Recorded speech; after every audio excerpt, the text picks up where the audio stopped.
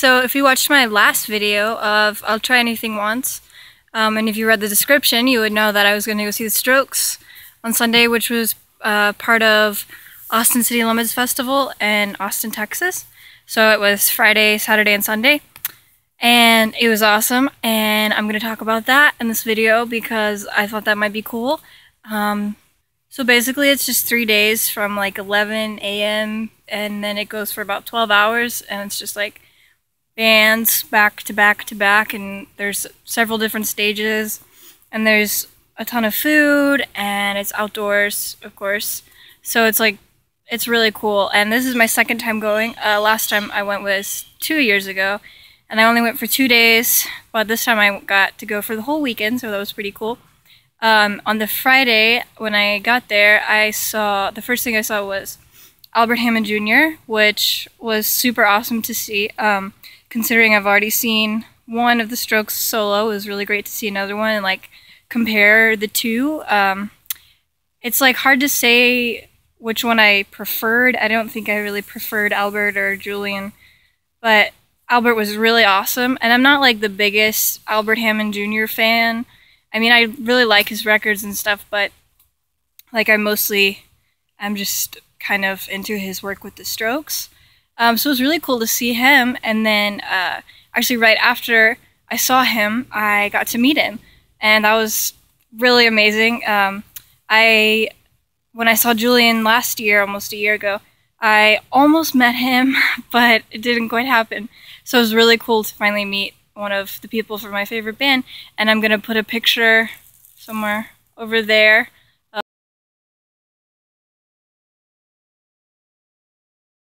of me and Albert. Actually, he took the pictures, and he took about 5 because he took some and he was like using a side button on my phone to take the pictures, which I didn't even like know was a thing.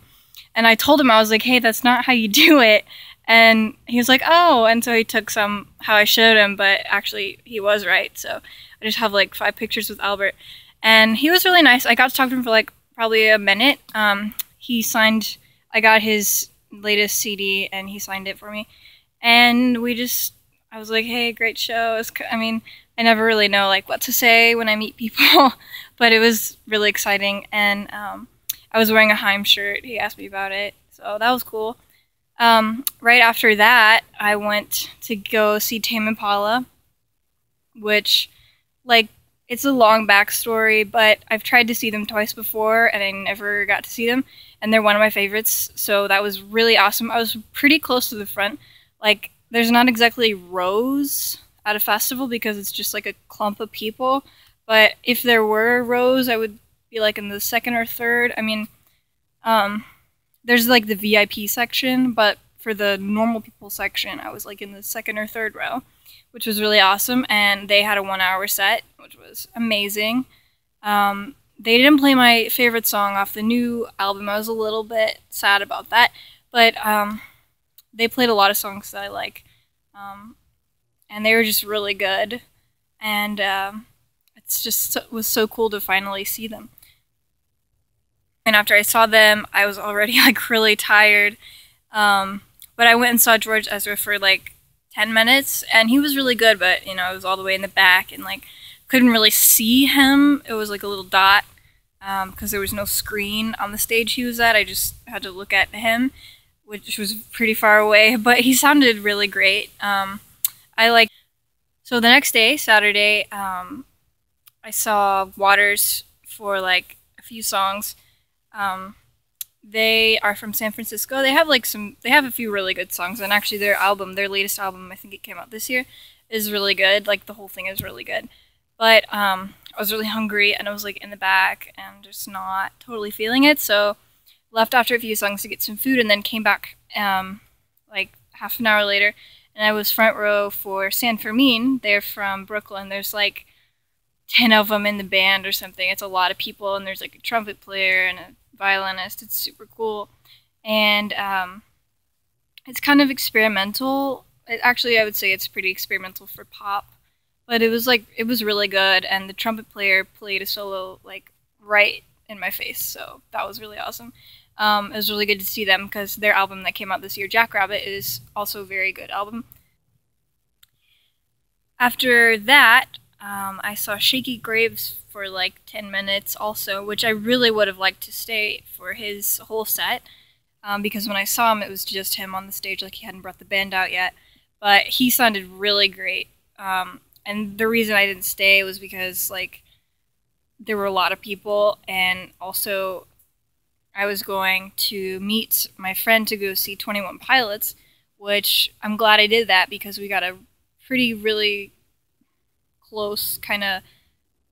I mean, it wasn't that close. It was like much closer than everyone else, though, because like everyone went to that show.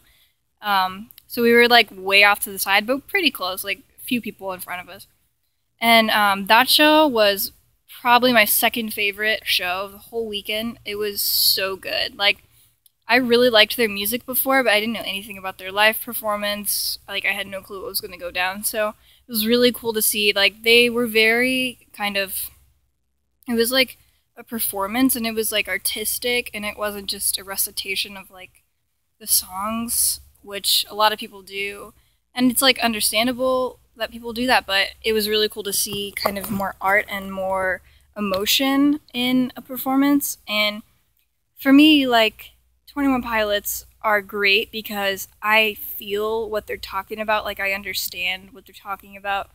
With like the Strokes, for example, they're my favorite band right now, and pretty much all my other favorite bands too. Like, I can't really relate on a very deep level. I kind of have to idealize what they're talking about.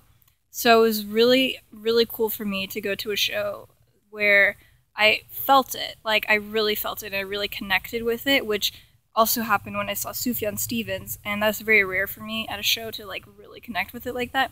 So that was awesome. Also, Tyler Joseph climbed like way on top of the stage, which I don't know how high it was, but he totally could have died, and he didn't, and it was awesome. So after I saw 21 Pilots, kind of like ran all the way to the other end of the park and saw Alabama Shakes for a little bit. Actually, I saw Walk the Moon a little bit before that, but it was like very, very far from the stage, so I didn't really see them. I mean, I saw them, but mostly I just heard them, which they sounded really good, and that was cool to hear them. But I saw Alabama Shakes for like 15 minutes, and then I went to see Jose Gonzalez for about 15 minutes, and he was really good. He was like really nice to kind of calm down after everything that happened that day. It was like a lot of crazy music, and then Jose Gonzalez just kind of brought it down, and that was nice. And then it was only like 7:30 or 8, but I was really tired, so we left. Finally, I woke up on Sunday morning, and I was like, oh, the Strokes, which is, I mean, kind of the whole reason that I went to this festival. I mean, like, there were a lot of bands I wanted to see, and I was really glad that I got to see, like, Tame Impala, 21 Pilots, and, like, Albert, and really everybody that I saw. I'm glad I saw them. But basically, I don't think I would have paid that much money if the Strokes weren't there. So I was super pumped, and we got there kind of late that day, like early in the afternoon, as opposed to the morning. But when we got there, I think that the first person I saw was Daughter, which was really nice to hear because I really like their songs, and it was also like pretty chill compared to the rest of the stuff that I saw that day. Well, not all of it, but like the Strokes, basically. So I saw Daughter. That was really nice to see them. And then I saw Borns for the second time, which I love them. I was in the front row to see them, and it was so good. I'm so excited for their record to come out in, I guess, like a week and a half. It's coming out. I'm really excited about that. And then I ran over to the stage where the Strokes were going to be. It was only like 3:30, and they went on at 8:30. So it was a long wait, and it was a lot of sun. It was a lot of people to deal with. It was like not my scene, you know, but I do a lot for the Strokes. I really do. So I waited there, and I got a front row spot secured. I was playing cards with my dad because we had nothing to do for 5 hours. I mean, there were bands playing, like, we saw Ben Howard, which, I mean, I really don't want to offend anybody, but, like, he bored me to tears. I really appreciate him as an artist. I understand, like, mosquito. Oh, okay.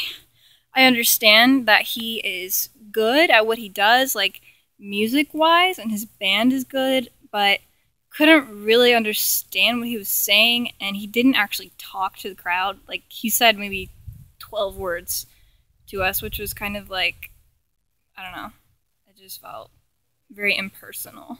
So, I mean, the music was alright, but it was also very slow paced and like kind of just not my favorite. And then after that, an hour after that was over, we saw Of Monsters and Men, which I didn't really know what to expect because I only know a couple of their songs. But, like, honestly, they were so good. Like, I was very surprised at how good they were and how interested I was in the show. No, no, no. No. Dog attack. No. There's a big monster. Okay. No, come on. Come back later. Oh my god. So, anyways, Of Monsters and Men, they were really good. Their accents were great. I loved it. And they were just good musicians, good performers, like, and they actually talked to us, so that was cool. And then finally, at like 8:45, of course they were fashionably late, I saw the Strokes.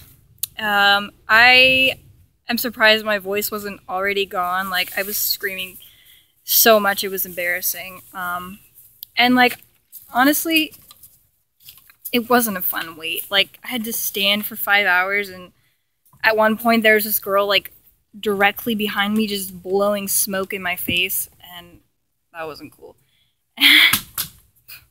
So, they finally came on, and I just didn't really know how to feel. Like, it was too real. Do you want to say hi? Hey!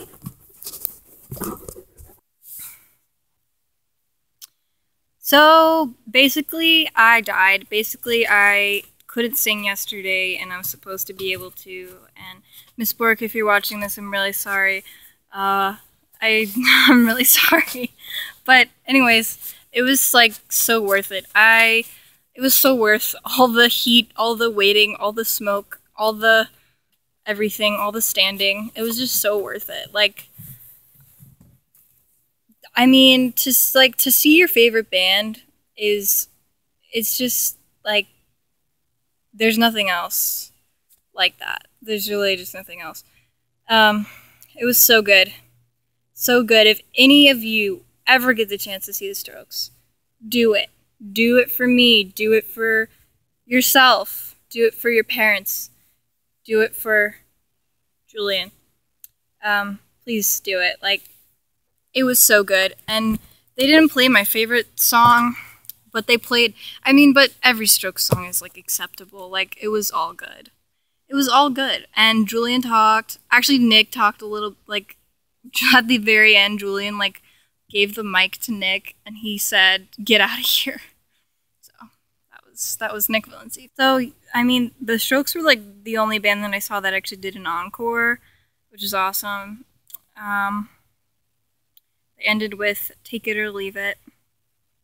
And, like, as I left the stage, I was just, like, yelling. I was just feeling it so hard. Like, I was feeling it.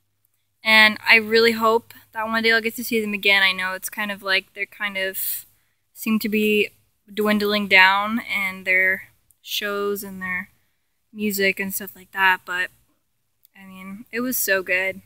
I would just recommend it to anyone. And I want to say thank you for watching this video, and I want to say have a fantastic life, and I want to say go listen to the Strokes.